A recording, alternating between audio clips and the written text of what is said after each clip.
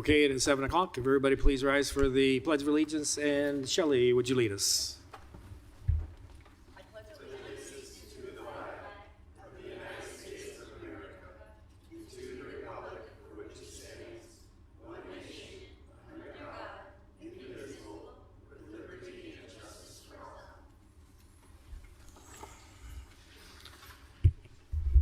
Good evening, everyone, and welcome to our City Council meeting this evening, Monday, June 22nd. Let's begin with roll call.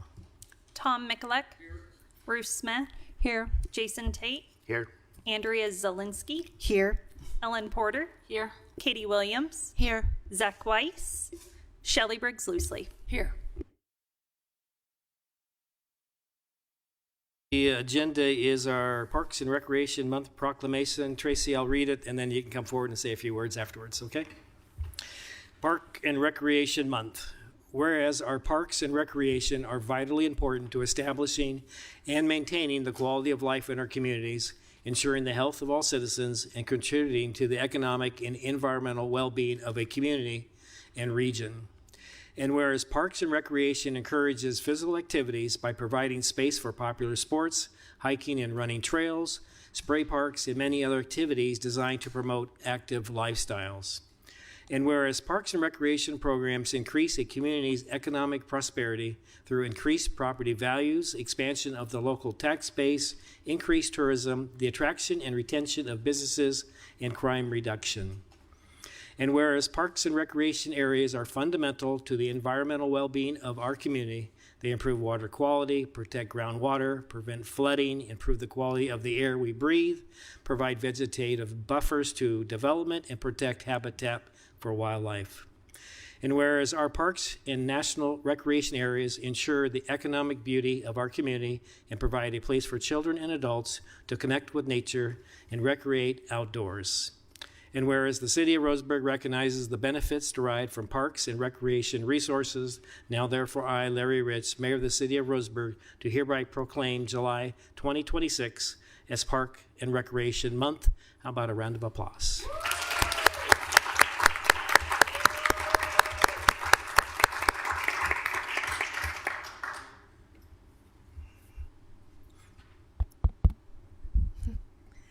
Thank you, Mayor Rich and councilors. This year marks the 41st anniversary of proclaiming July as National Parks and Recreation Month. July is a month to celebrate our parks as spaces where kids can be kids, communities come together, and healthy lifestyles are fueled.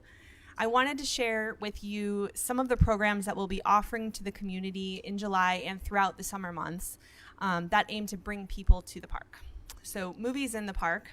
Although it takes place in June, we have been blessed to be partnered with Rogue Credit Union to offer this free community event where families can gather for some entertainment and a movie under the stars in Stewart Park. This is our 16th year hosting the event. It's a huge part of our summer programming. We show 4 movies in June on Friday evenings, and our final event takes place this Friday at 8 o'clock p.m. If you are a fan of Frozen and maybe own some Frozen-themed pajamas, I encourage you to come out and check out the movie. It'll be fun. Outdoor Low-Impact Fitness. It's a low-impact fitness class that focuses on strength, flexibility, and balance using body weight and resistance bands. Classes are just $2 a class, Tuesdays and Thursdays at 9 a.m. in Fir Grove Park, and classes will move indoors once we hit September. Zumba in the Park. We partner with the YMCA, who provides the instructor for this free dance fitness class, which takes place Wednesday evenings at 6:30 in Stewart Park. Classes continue through the end of August. Yoga in the Park. We partner with Body Balance Yoga Center to source local yoga instructors for this free class taught every Saturday morning at 10 a.m. in Stewart Park starting July 11th. Thrive Umpqua sponsors a raffle prize each week, and classes go through the end of August. And Women's Just for Fun Summer Golf. We partner with the Stewart Park Golf Course Wednesday evenings starting July 8th for a relaxed game of golf geared towards ladies who are looking for a way to get some practice time in on the course without feeling rushed. The cost is $20 a night and includes a cart entry into a raffle and a group lesson at 5 o'clock earlier in the evening at 5 if desired, tea times at 5:30.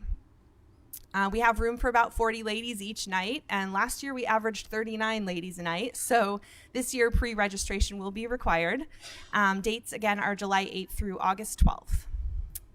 So besides those programs, we'll also be encouraging community members to visit local parks and recreation spaces in July on our Facebook page by posting 31 different ways to enjoy Roseburg Parks, a different way each day. In addition to the community members who visit our parks every day, we work with schools and a variety of athletic organizations to use our facilities for youth and adult organized sports leagues, such as Umpqua Valley Cal Ripken Babe Ruth, Umpqua United Soccer Club, and Douglas County Co-ed men's and women's softball associations. We're happy to report that last year we served 3,962 individuals through these different user groups. The amount of people we see in our parks for recreation purposes is inspiring, and we are super proud to celebrate National Parks and Recreation Month. So thank you.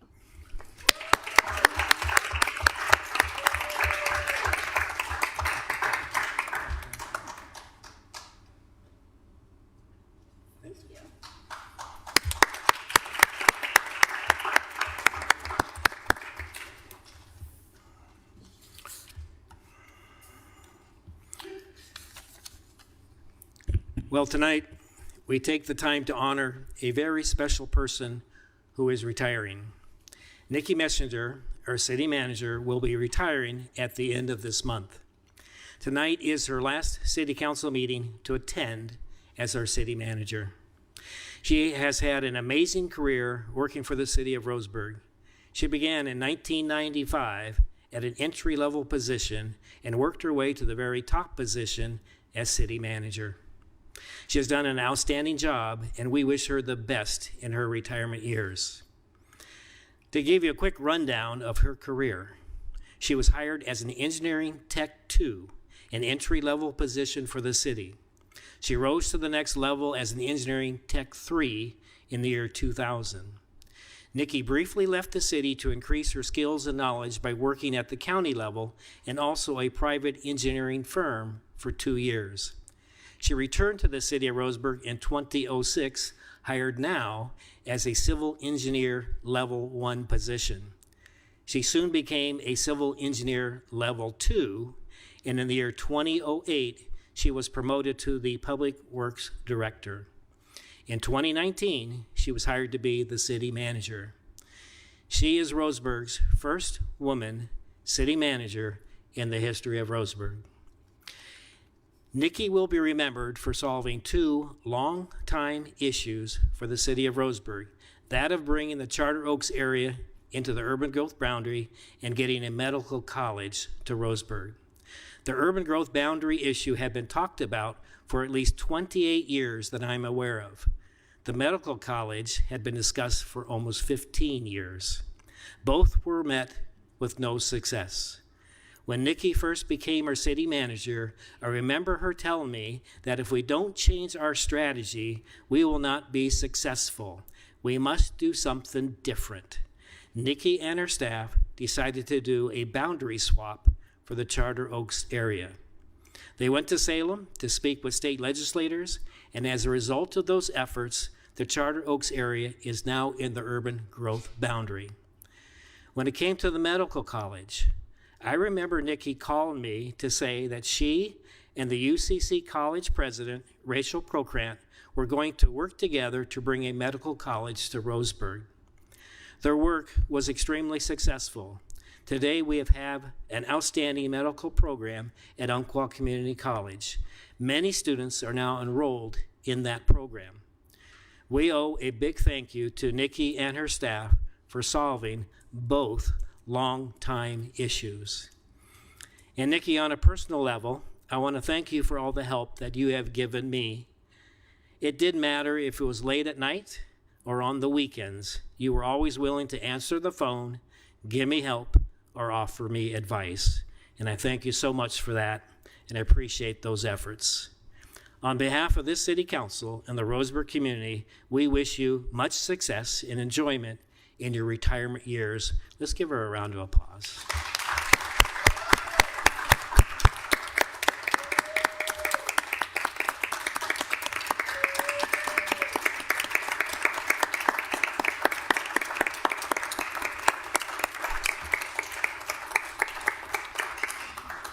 And Nikki, we got a little surprise from you from the city council, and here it comes.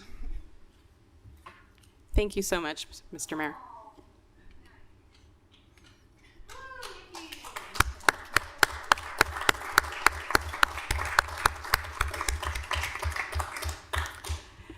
Thank you so much. I don't have a lot to say other than it's been a very, I've been very blessed to work here as long as I have and to work with so many great city councilors, with the mayor, and so many talented coworkers to help just deliver great service for the citizens of Roseburg. And I just really appreciate the support. Thank you. Let's give her another round of applause.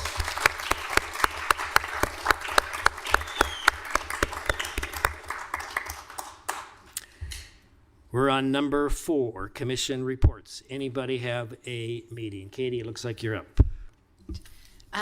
So the library now has state parks parking passes available for checkout through a program with the State Parks of Oregon and the State Library. And the summer reading program is off to a great start. So you can stop in or visit the library website for details and reading logs. Thank you. Anybody else have a meeting? Tom? We had an airport commission meeting, and it was centered around the renewal of the airport runway. And what we got together was a idea to accept a offer for engineering on the resurfacing of our runway. And that's to be brought before the council this evening for a vote.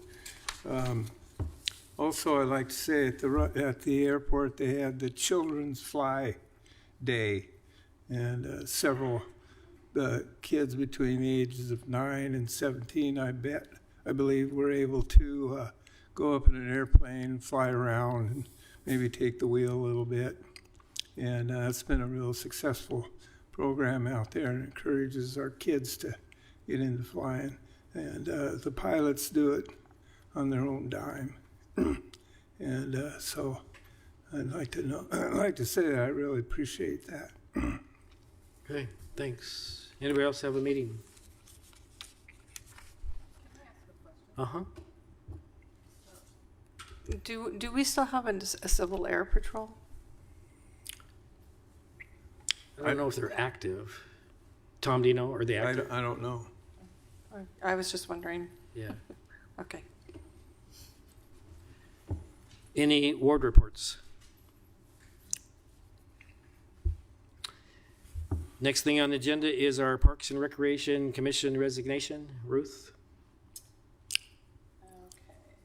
So we have a gentleman who has been with us for quite a while. He's a absolutely phenomenal community representative and volunteer. So Ryan Finley has put in his resignation. I believe he's moving out of the area, but I make a motion to regretfully accept his resignation. Second? And a second. Any discussion? Yeah. Tom? I've known Ryan Finley for a little bit, and I'm sad to see him go and leave our community, because he was a real asset in all phases of Roseburg. Anybody else discussion? All those in favor say aye. Aye. Anybody opposed? Motion carries. Number 5 is audience participation, and tonight we have 5 people. So we're going to go 6 minutes max, and that means at the 4-minute mark you're going to hear the buzzer noise, and that means you got 2-minute wrap up. And so please make sure you definitely conclude at the end of 6 minutes. And we'll go in the order that they're listed here. There's the microphone and the podium for your name. And so the first one up is Melissa Sherwood.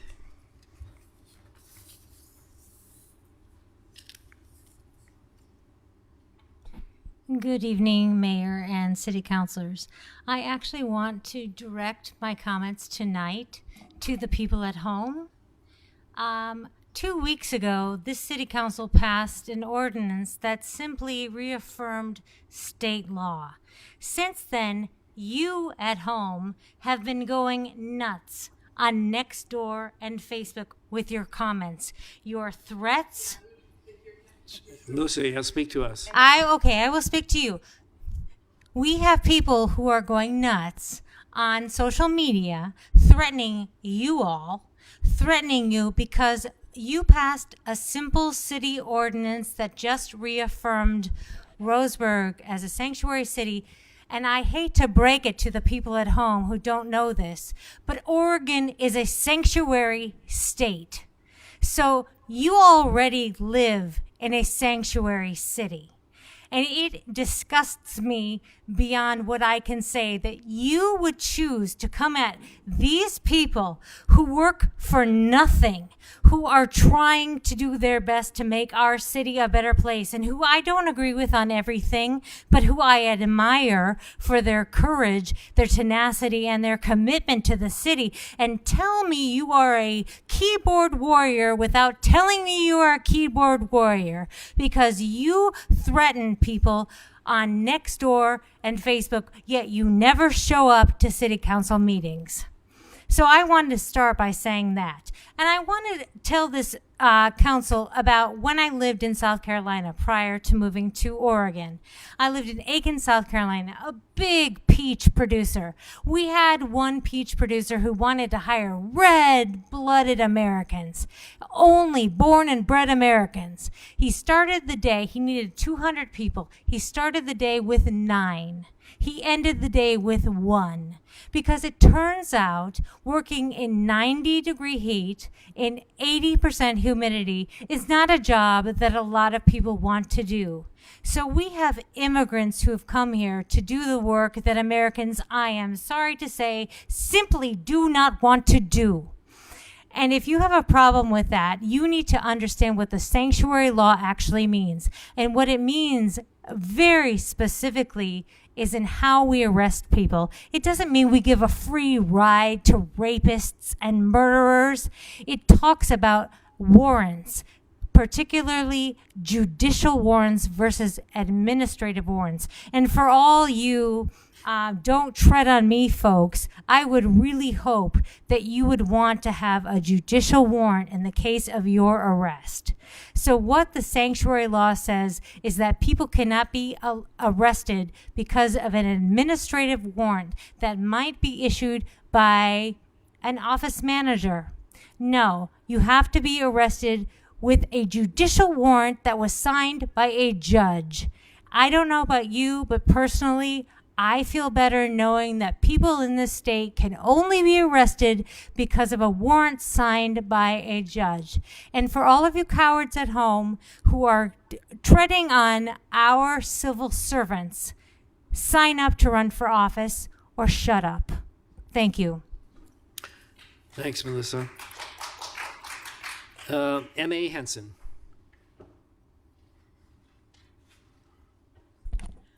I have a bit of a throat problem, and I would love to give my time to Melissa Sherwood.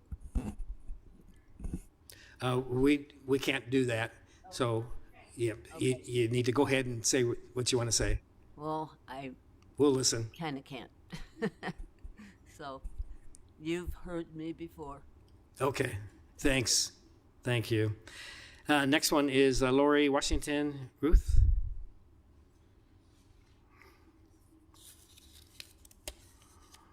Hi, I'm Terry Washington Root. Sorry. I'd just like to agree with Melissa, and I believe an additional ordinance should be necessary because it provides clarity of what everyone's role is who works for the city.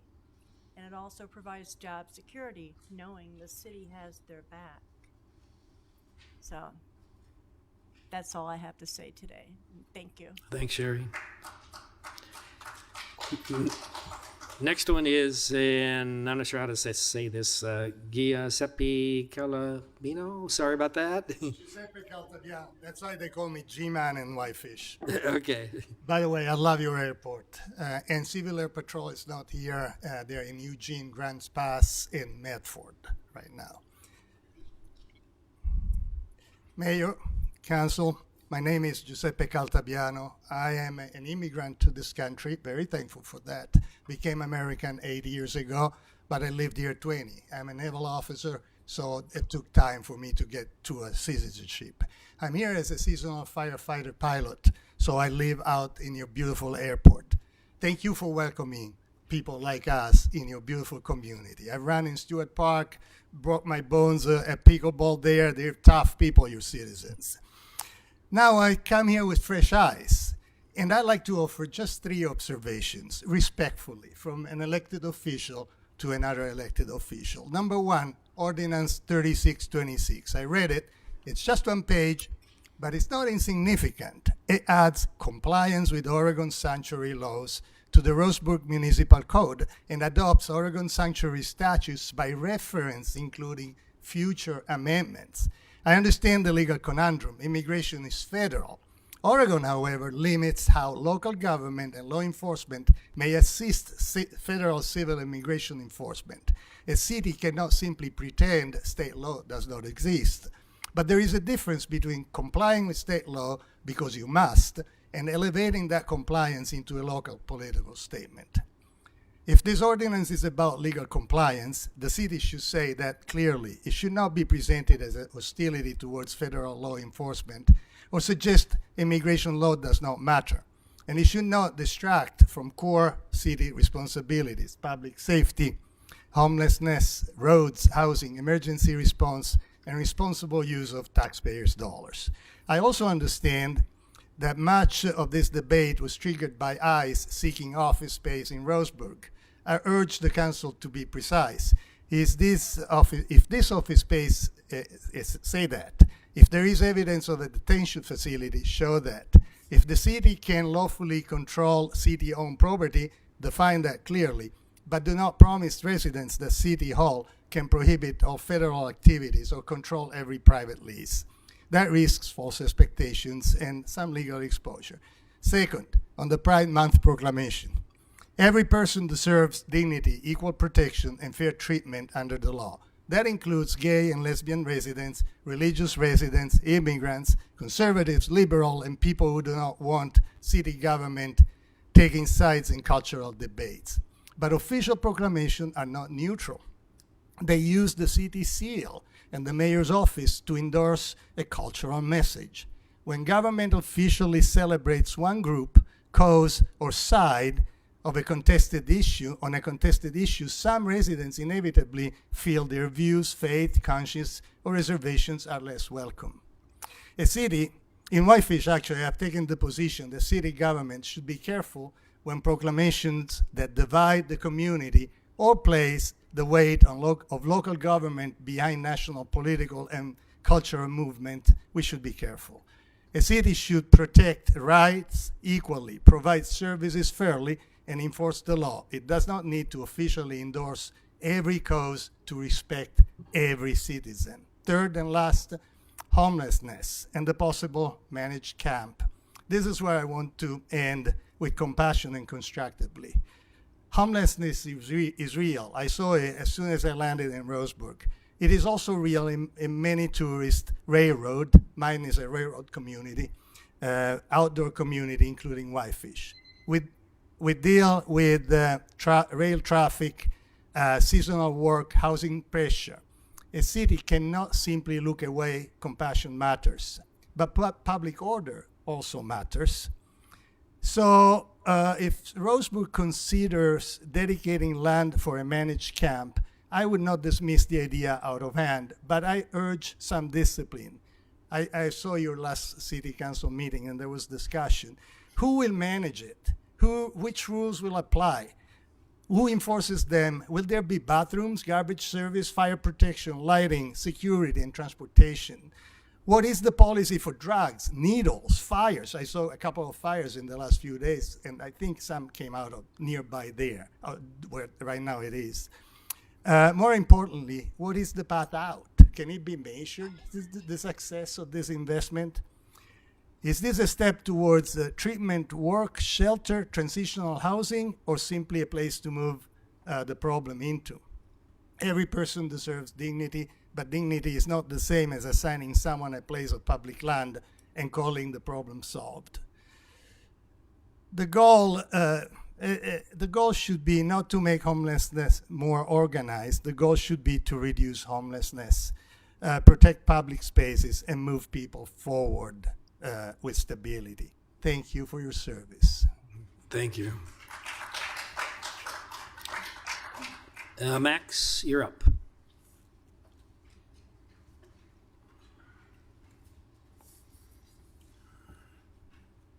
Hi, good evening, Council.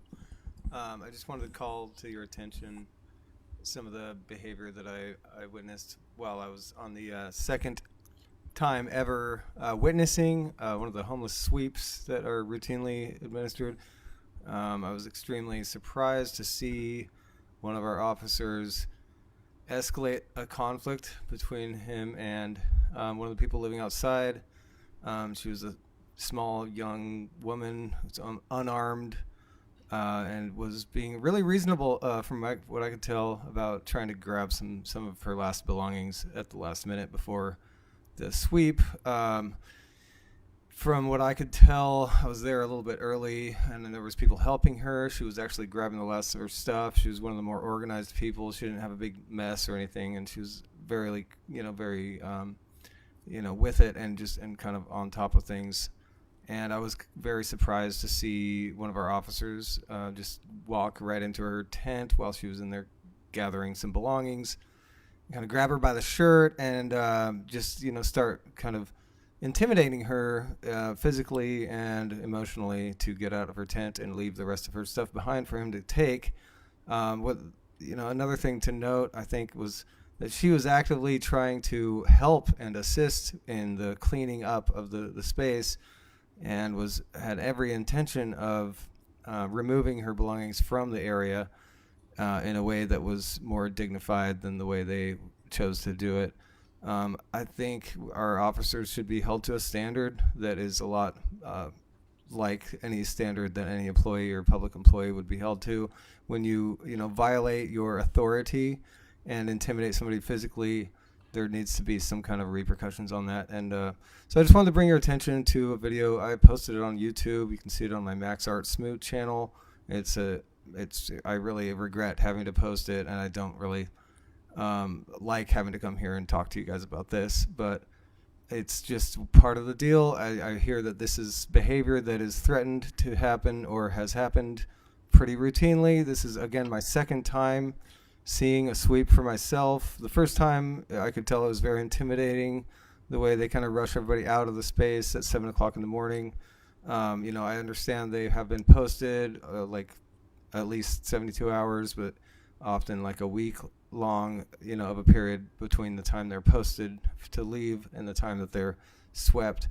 But the way that they've done it is very intimidating. It's very unnecessary, I think, to move people to clean up the park. And especially we've got this routine, it's been going on for some years now, and I'm really surprised that we haven't heard more about this at the city council meeting, because we haven't had it on the agenda. I think when I first started coming here, that was one of the things that was alarming to me, was that our city council doesn't get to put stuff on the agenda unless the mayor approves it, I think. Correct me if I'm wrong. But that was one of the points of contention a couple of years ago, actually, when it was brought to the council. Like, the process of getting something on the agenda was flawed because a lot of people are talking to certain council members, constituents of theirs, and they weren't allowed to get stuff on the agenda. And a lot of it was very much around the homeless thing. Another issue, I can go on and on, but, I just want to describe what I saw, because I think people need to understand that this was extremely traumatizing for everybody who witnessed this, especially the victim. This young woman was unarmed. She was trying to grab the last few things of her things, and could have been easily afforded another 10 minutes to grab her tent and the last of her belongings. Again, she was extremely organized and had most of her stuff already moved. She had people helping her. I think the officer in question should have easily been able to start on the other side and simply say, hey, you got 10 minutes. We'll be over here and we'll arrest you if you're not done by then. And, give a little bit of a warning time. I know they post it in advance, but this does not warrant abusing this young woman physically like this. The way they wrapped her around the tree and pushed her back down, they were pulling her two different directions at the same time, Officer Chavez and Officer Schultz, and Schultz ended up drawing his weapon at the crowd that they drew. The people were watching, and it was cold. Somebody had his hand in his pockets, and the other guy who was actually also physically abusing her before she ripped her hand away. She was not a resisting arrest. She was simply maintaining some dignity and being very reasonable. She was very clear that she has a chronic pain condition, and it blew my mind that this was happening. So I need you guys to understand this all and really hopefully respond during the time in this meeting. If you're able to, if you know what's going on, if you've seen that video or not, I don't know. But I've been sharing it on social media and stuff so people know, because we need to do something about this. The fact that the officer actually drew his weapon on the crowd and felt like his life was in danger while he was holding this woman down with his knee, just because somebody was watching. So anyway, thanks, and I'll pass the rest of my time. Okay, thanks, Max. Now, we do have 30 minutes allotted for audience participation. Is there anyone else who wants to come forward that did not sign? Betsy, you're up.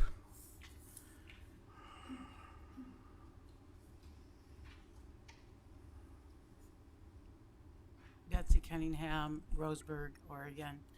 I actually came here tonight. Each of you should have received an email from me this morning that attaches this video. And I also pulled out the section where the officer who is kneeling down and one foot is on the ground takes out his gun and points it this way at the crowd. Keep in mind the crowd is behind a chain link fence, and you can see from the video where it is. This is a civil rights issue. It's like the ICE issue. It's like the LGBTQ issue. This is our rights being violated when our police officers think they can behave in this manner. And I did watch the entire video before I sent it to you. I watched it before the entire video was out on there, and I actually reached out to the chief of police. But because the meeting was here tonight, I think this needs to be a very clear issue that you guys are probably liable for in some manner. And we will exercise helping the people that are impacted by this, see if they can find a way to legally address this if you are unwilling to do so. And I think it's a very serious problem that an officer is so ill-trained that he would do that. I have been in many protests in my life. I have observed many cop watches. I've been involved in cop watches before, judicial watches, and the reality is that crowd was maybe a crowd of 3 people. You can't tell, but you can hear 2 voices, one of which is Max's. So there weren't that many people. There's a good feet of distance. There's really a problem when an officer pulls a gun, but it's also very problematic what I saw with that woman and what happened with her. And in fact, she did say that she had a disability, probably a disability that needed to be paused and comment and assessed whether they needed to accommodate that even in an arrest. That did not happen. And really, if Officer Chavez would have just given her 5 minutes, and the other part of the video I want you to pay attention to is after he removes her the first time, she leaves and she's up on the bridge. He leaves and goes to his vehicle, which is over on the other side, I think, of Bernie's camp, on Pine Street. So he wasn't even there. There was no work crew there. She goes down there to gather her stuff and then push it through the fence. He stops her, and then he starts wrestling with her to get her down on the ground, and he says she's under arrest. So I think it really is a problem, and I think it's an out-of-control police department, because the one people that they get away with bullying in this city are the people who are living outside. This is not the first time this kind of thing have happened. Maybe the gun pulling, I hope, is the first. But the way that they are treating people, and I know that when city council people go out and view things, they may not behave the same. Most of the time when I'm there, which is very rarely these days, they tend to do what their job is. But I want to point out another thing I observed on the last sweep that is just, a problem, is I saw them actually, the people cleaning up the tents, which look like brand new tents. There's not dust in the way that tents get if they are used for a while. And they actually ripped it with a knife, the person's tent that was left behind. And they said because there was a hole in it. But there was a person who was standing next to us who is homeless who said that could be fixed with tape. And so they actually destroyed 2 tents. And apparently that might be one of the reasons you're getting a lot of dumps, because you are destroying those tents. So they could in fact be retrieved. Anyways, that's the reason I'm here. Okay, thanks, Betsy. Okay, that completes our audience participation. We're going to move to number 6. We have consent agenda, one item, June 8, 2026, regular meeting minutes. Do we have a motion? I move to approve the consent agenda. Second. We have a motion and a second. All those in favor say aye. Aye. Anybody opposed? Motion carries. Number 7 is the FAA grant acceptance. Staff report. Okay, you have me tonight. Ryan is off on some well-deserved time off with his family. So what we have for you tonight first is FAA grant acceptance. He came and talked to you last meeting about the airport runway and South Apron rehabilitation project. At that June 8th meeting, council authorized a task order for the environmental review and design of that project. I'm not going to go over the same data that he gave you last time about the age of the runway and why we were doing that project. But these 2 grants are to cover the costs associated with that design phase and the environmental work through design and bidding. The grants do not include construction or construction management services, which are tentatively scheduled for federal fiscal year 2027. The grants will cover 95% of the environmental and design costs, which are outlined in your packet. We did a documented categorical exclusion, which was the first step in this process. That was at $40,566. The design is $466,319.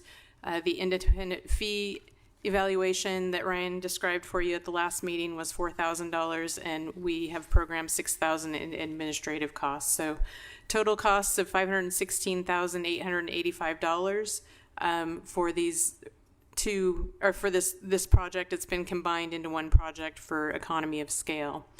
It does, however, span 2 different grants. The first grant is an airport improvement grant.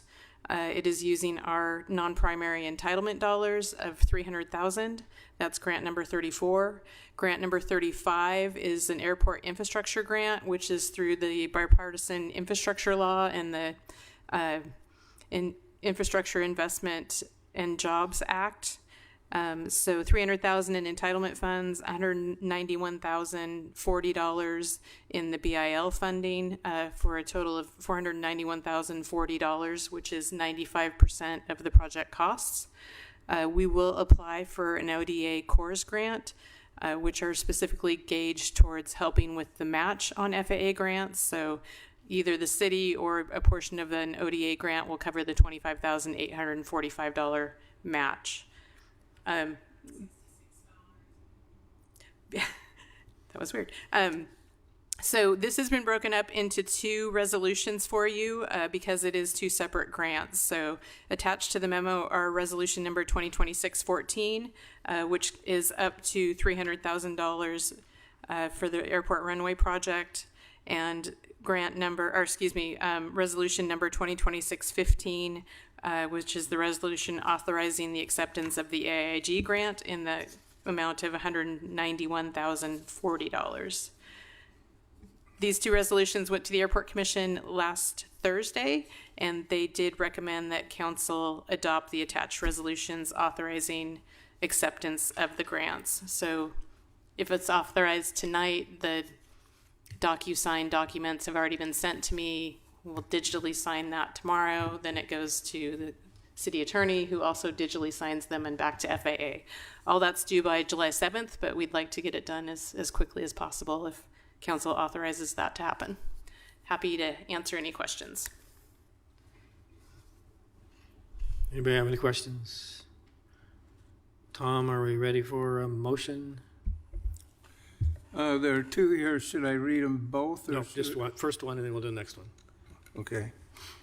I move to adopt resolution number 2026-14, a resolution authorizing acceptance of a grant offer from the Federal Aviation Administration in the maximum amount of $300,000 to be used towards the airport runway project, Phase 1 Design, AIP 3-41-0054-034-2026.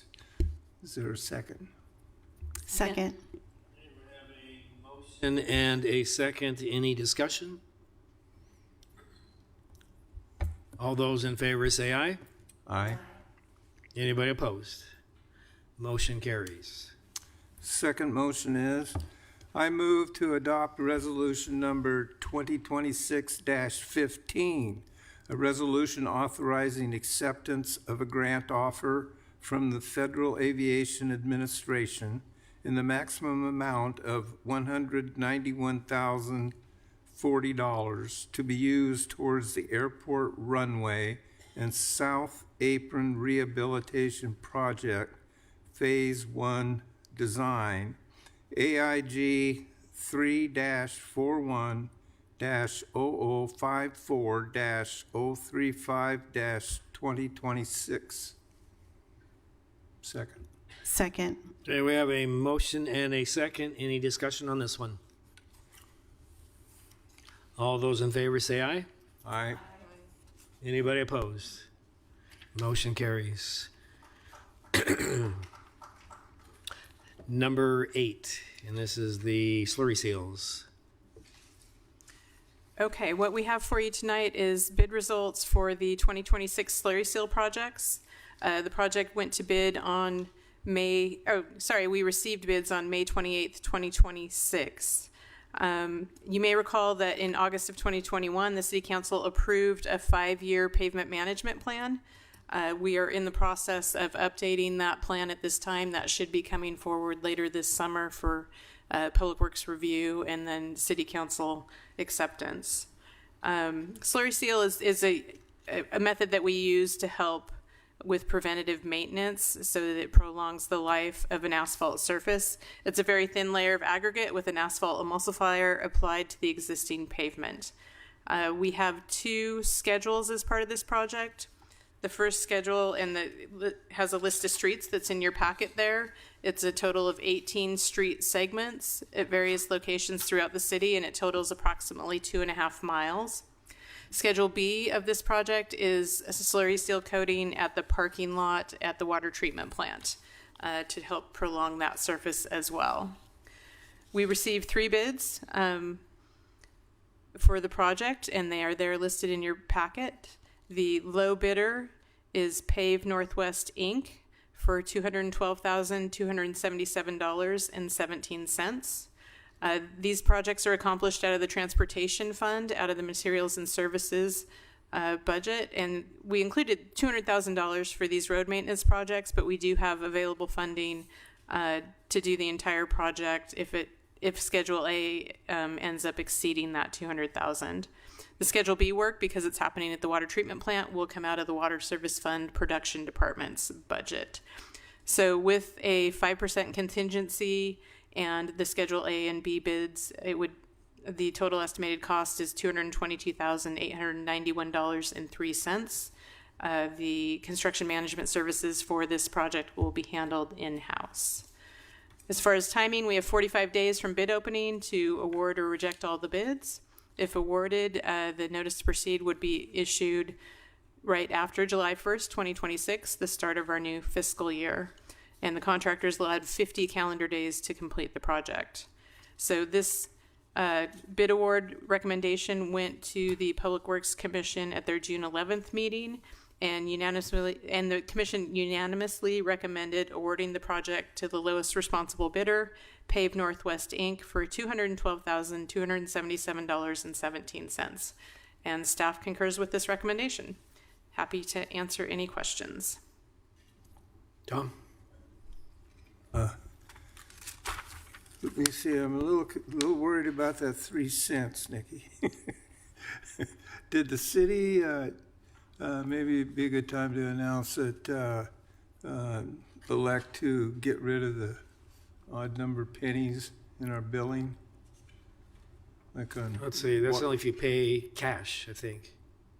only if you pay cash? Yeah, otherwise, it doesn't matter. Yeah, that's for people paying us in cash. This would be us paying a contractor, and typically that's done by electronic fund transfer. So they bill us and we transfer. I mean, sometimes we cut a check, but more often than not, I believe they do it electronically now. Ron says yes. And you keep the pennies on that one? We keep the pennies on that one. Okay. And my second question is, where is Pave Northwest Inc. from? Do we know? Pave Northwest Inc., I believe, is out of Springfield. No, Marcola. They're out of Marcola. Okay, thank you. Anybody else? Questions? Okay, are we ready for a motion? I move to award the 2026 Pavement Management Slurry Seals Project 26 PW02 to the lowest responsible bidder, Pave Northwest Inc., for $212,277. Oh, I always do that wrong. $212,277.17. Second.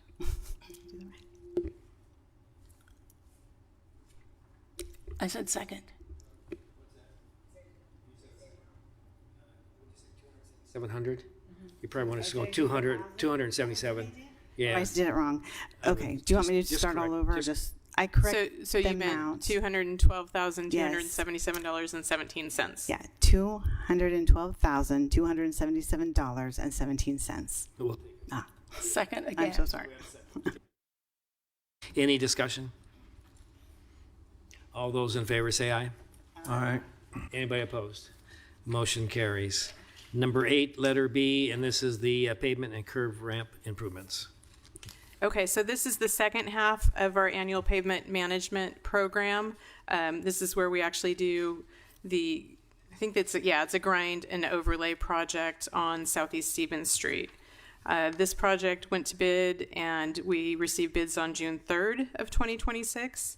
Again, this is all based out of that 5-year pavement management plan. And then we also take into account other utilities that are going in. And as you know, we've done some water line work. I think Bruce has done some sewer line work. And so now we can come in and get that cleaned up with a grind and paving project. Approximately 2,200 lineal feet on Southeast Stevens from the South City limits to Northeast Brockway Avenue. And whenever we do overlay projects, we have to ensure that the ADA ramps that are adjacent to the project all meet current standards. So we have 18 sidewalk access ramps that are going to require upgrades and will be included as part of this project. So we received 4 bids. They are included in your packet there, and the low bid was from LTM, doing business as Knife River Materials. They are located here in Roseburg area. The 26-27 budget includes the following funds: a little over $1,055,000 in the transportation fund, $340,000 out of the streetlight sidewalk fund, and $65,000 out of the storm drainage fund, as there are some storm drains that need to be upgraded as part of the access ramps improvements.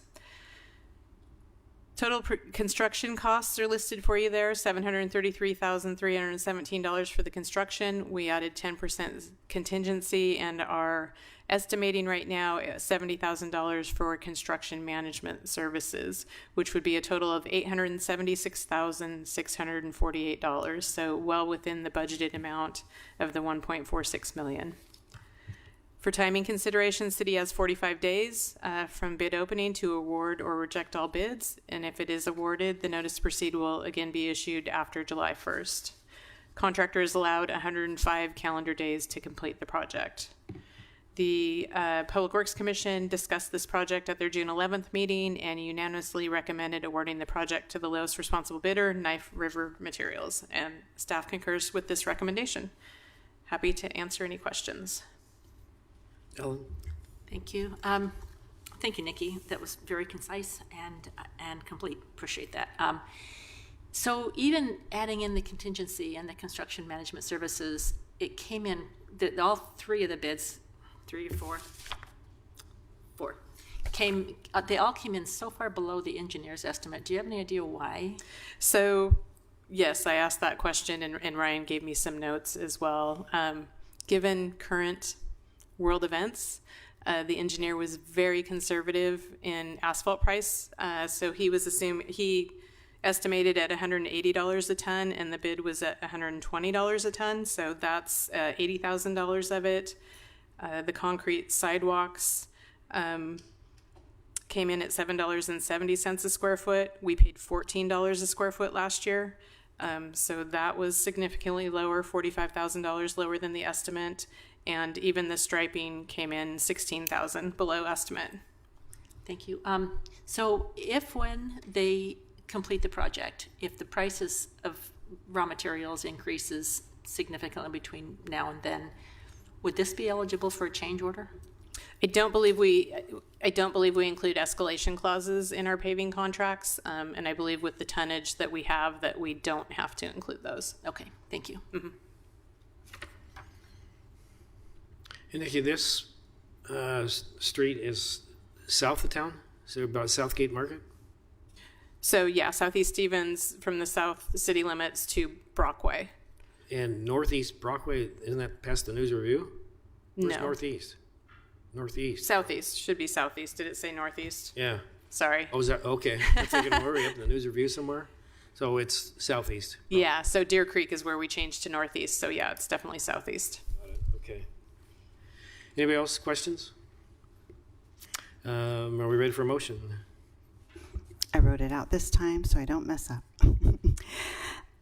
I move to award the Southeast Stevens Street Pavement and Curve Ramp Improvement Project to the lowest responsible bidder, Knife River Materials, for $7,000. Oh my gosh, I'm going to mess up again. $733,317. I even wrote it out. Do we have a second? Second. Okay, we have a motion and a second. Any discussion? All those in favor say aye. Aye. Anybody opposed? Motion carries. Number 8, letter C, firefighters local.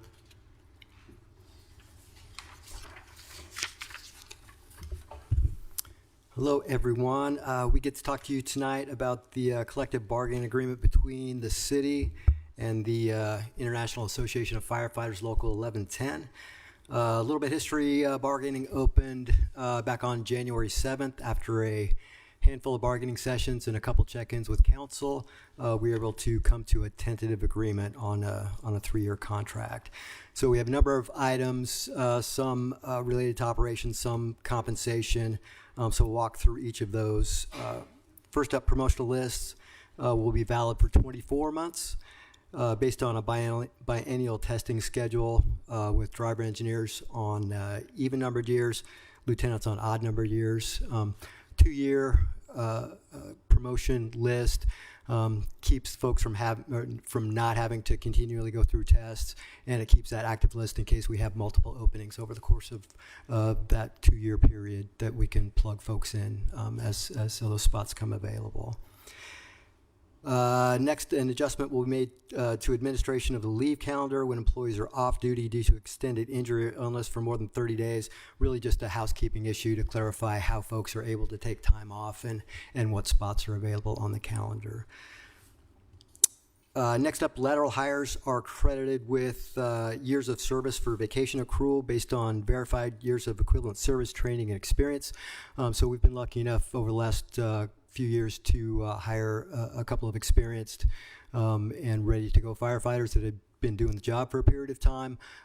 We want to honor that service with a spot on the vacation calendar where they would have been had they worked here for that career time, because those incoming skills are valuable to us. Next up, overtime will be defined as time worked over and above the regular work schedule, or any hours over. I think in the memo we have 182. That number should be 192.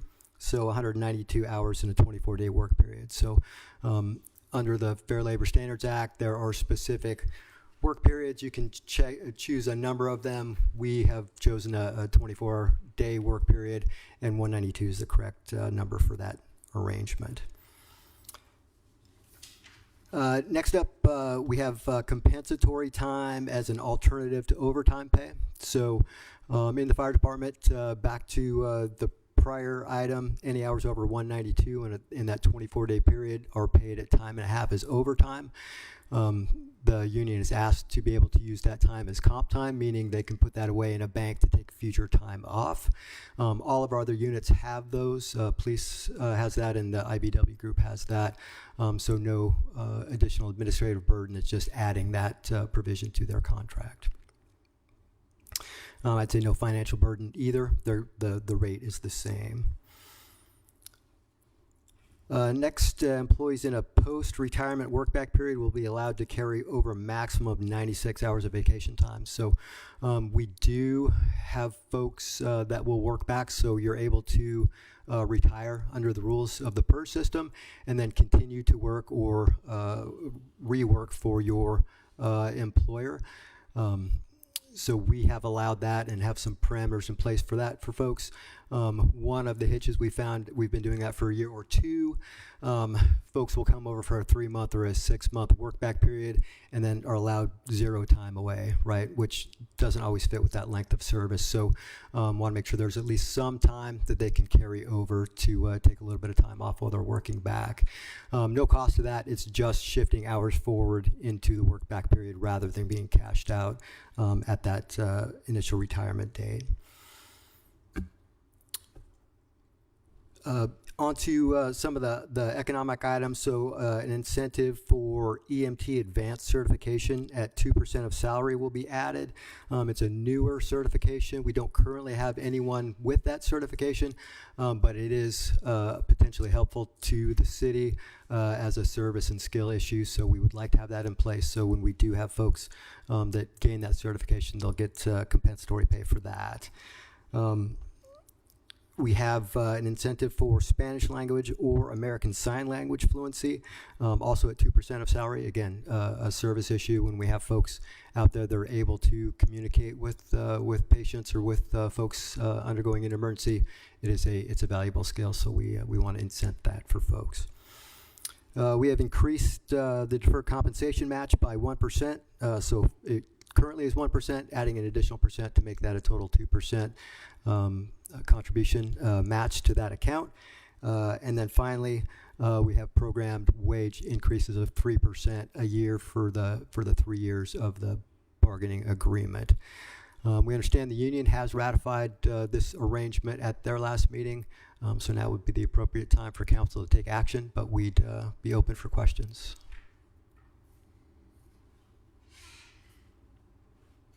Anybody have any questions? I have a question. Tom? How many people in our fire department?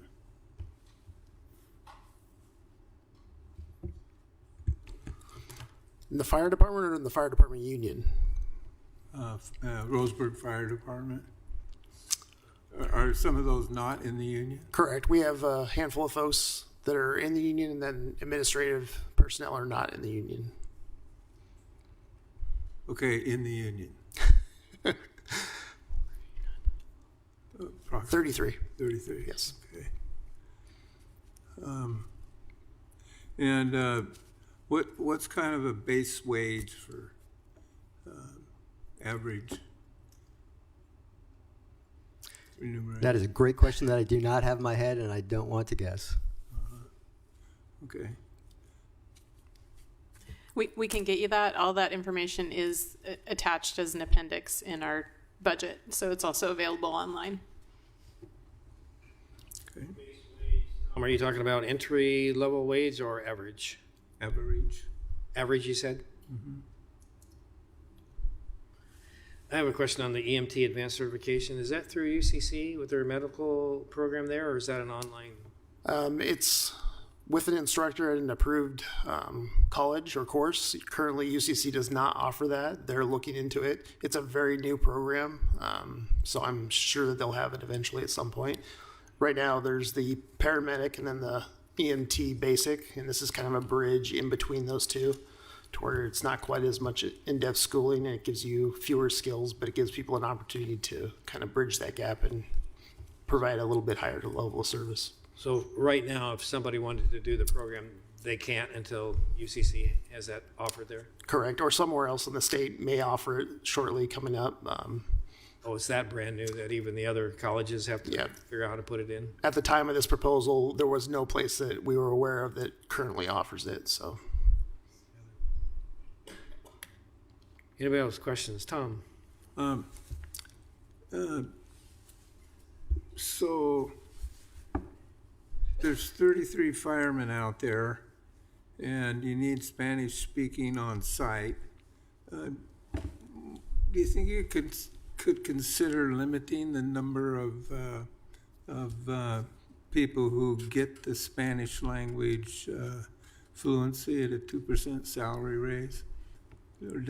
Or should it be open to everybody so the whole crew is proficient in Spanish? So in general, in general, theoretically, it could be eligible for everybody. We don't suspect that's going to happen. We have 2 native speakers that would be eligible immediately. If other folks were able to get certified in the future, we'd be welcome to have folks take that on. We don't expect a big avalanche of folks picking up Spanish just to get that incentive, but it certainly is available.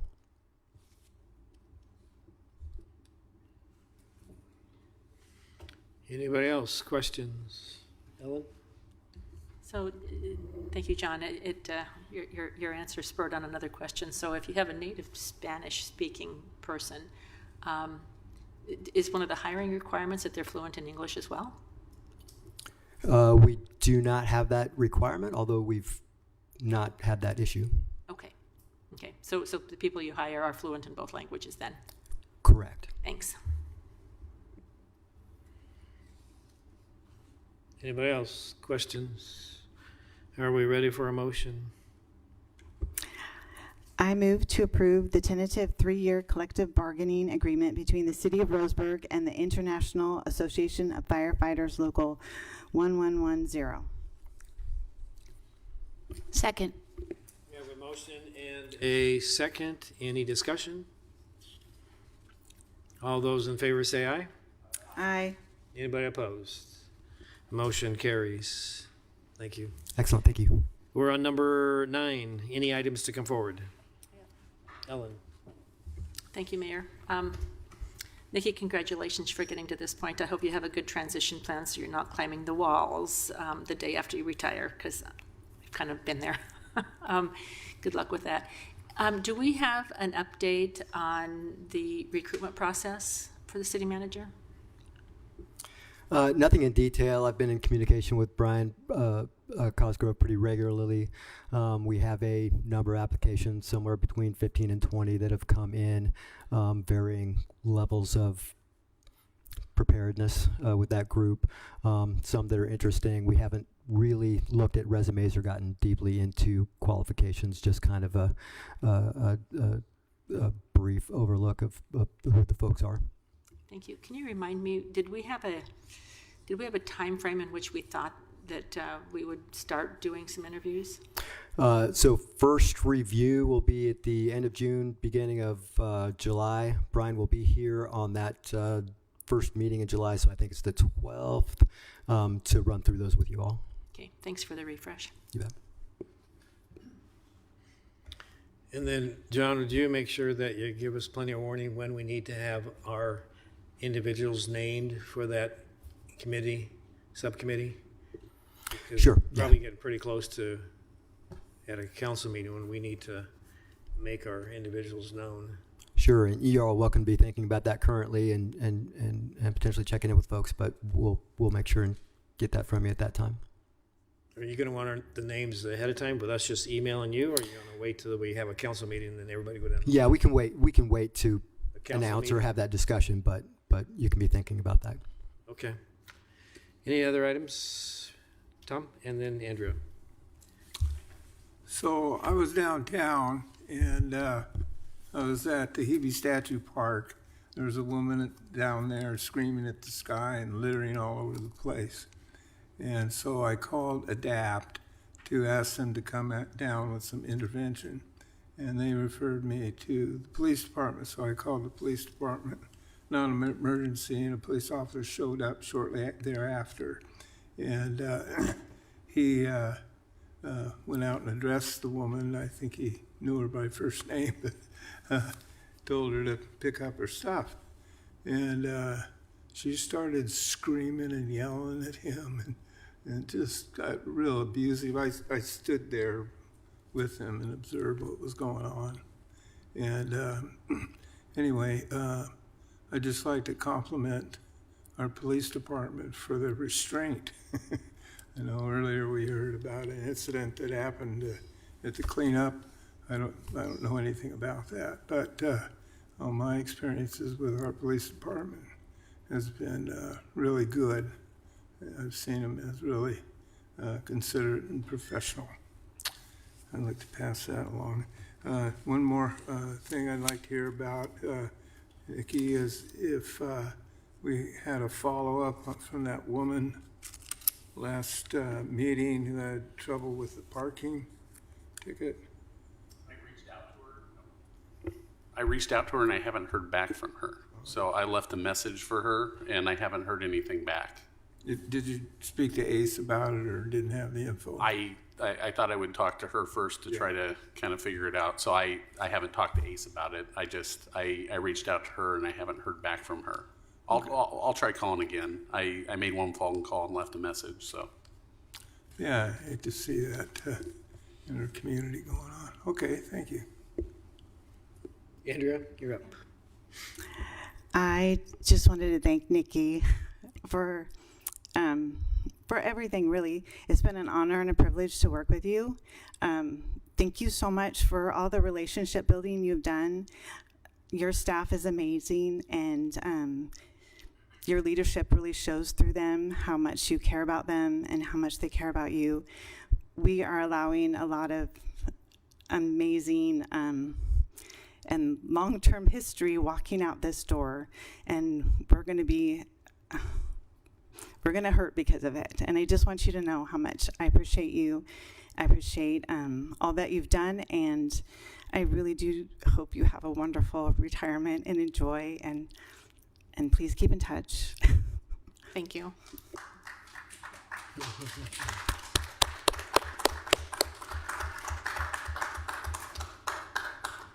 Any other items? Okay, we're going to move into executive session. So I'm going to read the script here. City of Roseburg Council will meet in executive session pursuant to ORS 192.660, number 2, letter D. Subsection 2D allows the council to meet in executive session to conduct deliberations with persons designated by the governing body to carry on labor negotiations. Designated staff are allowed to attend the executive session. Representative of the news media and all other members of the audience are asked to leave the room. Council won't make any decision in an executive session, and at the end we will be adjourned. So at this point, our city council meeting is adjourned. It's about 8:10, so we'll start in about 5 minutes or less.